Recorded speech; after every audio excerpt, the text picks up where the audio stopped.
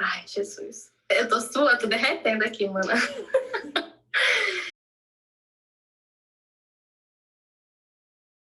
Imagina se o Covid não existisse, mas você tivesse uma luta diária para respirar e não conseguisse, porque o ar está poluído, porque está muito quente, porque você não consegue matar a sua sede.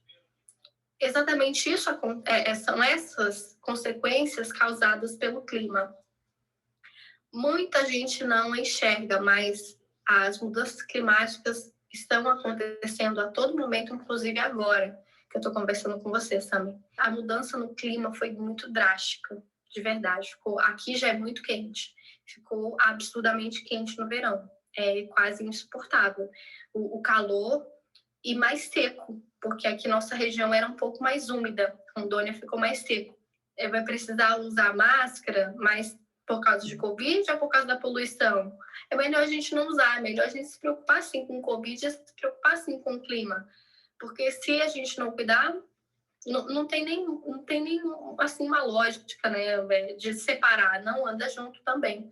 Inclusive, eu tô falando assim para você que é tão um pouco ruim, é justamente problemas de alergias respiratórias, crise asmática eu também sofro, então eu sofro na pele realmente as mudanças do clima, a variação do clima.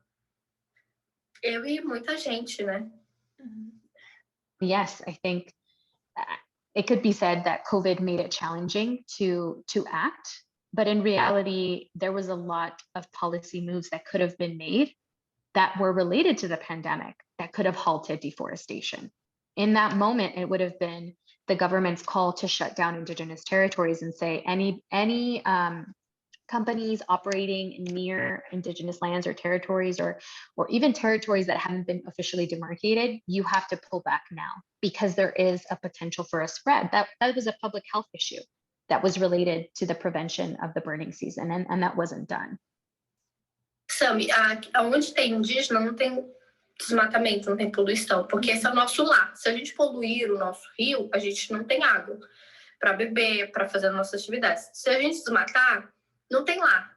É o nosso lar. Então, a gente cuida do nosso lar. Uhum. Então, as áreas mais preservadas são as áreas que têm realmente a habitação dos indígenas, que sobrevivem do trabalho na terra e da pesca, porque é a nossa casa. A floresta, a região amazônica é a nossa casa e é considerado o pulmão do mundo. Se nós não cuidarmos, quem é que vai cuidar? Eu acho essa teoria, não sou cientista, mas acho essa teoria do Carlos Nobre, do tipping point, da savanização da Amazônia, um grau de fluidez e intangibilidade muito grande. Mas tudo bem, é a opinião dele, enfim, não é opinião, é estudo. Não, é estudo que ele produziu com os dados dele na visão dele. Então, é preciso tomar também com um grão de sal esse excesso de, vamos dizer assim, de alarmismo de alguns cientistas que vivem do alarmismo, né? Você conhece o Carlos Nobre? Sim, eu entrevistei. O Carlos Nobre, eu fiquei apaixonada por ele. Meu Deus, que homem cheio de conteúdo, rico e apaixonado pela Amazônia. Eu fiquei encantada com a sabedoria e a humildade dele de compartilhar isso. E a paixão que ele tem de apresentar alternativas que realmente sejam sustentáveis para nossa região. Fiquei muito feliz, de verdade, fiquei muito feliz de entrevistá-lo. Ele tem o controle da Amazônia nas mãos. E negligenciar tudo o que está acontecendo é fortalecer ainda mais essas atividades ilícitas, ilegais, que desmatam a nossa Amazônia. É tapar os olhos e o ouvido, né? E fingir que nada está acontecendo, mas as coisas estão acontecendo. E aí, à vista de todo mundo, todos os dias, tem indígena morrendo, tem gente morrendo não indígena também na defesa desses territórios. E também a nossa Amazônia está morrendo. Ela está pedindo socorro. Muitas áreas estão devastadas. É horrível o contraste que a gente vê hoje, comparando hoje com poucos anos atrás. É muito fácil negligenciar o que está acontecendo. né? E é ilógico, é irracional uma pessoa que está ali no domínio de tudo fazer esse tipo de... ter esse tipo de atitude. Porque ele tem acesso aos números, ele tem acesso às realidades. Então é só para dizer assim, não, isso aí é balela, não vai acontecer não, a gente tem muita mata. Não, a gente não tem muita mata se todo mundo continuar desmatando. Se nada for feito, eu vejo um futuro muito triste. Onde vai ficar na nossa memória, na memória da gente hoje, né? Nós vamos ser anciões com memórias do que já foi um dia, do que já vimos um dia. Nós podíamos caçar, nós podíamos pescar. Se realmente tiver alternativas efetivas para melhorar toda a nossa realidade que a gente vive hoje, eu tenho esperança num futuro muito bonito mesmo, onde muitas pessoas possam conhecer mais sobre os povos indígenas, a nossa cultura, respeitar,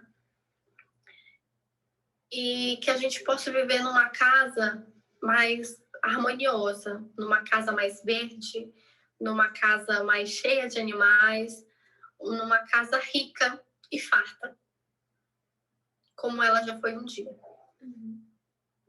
Agora eu estou sendo entrevistada por você, mas eu estou ouvindo o canto dos passarinhos passando por aqui. Eu tenho na minha janela o acesso do verde.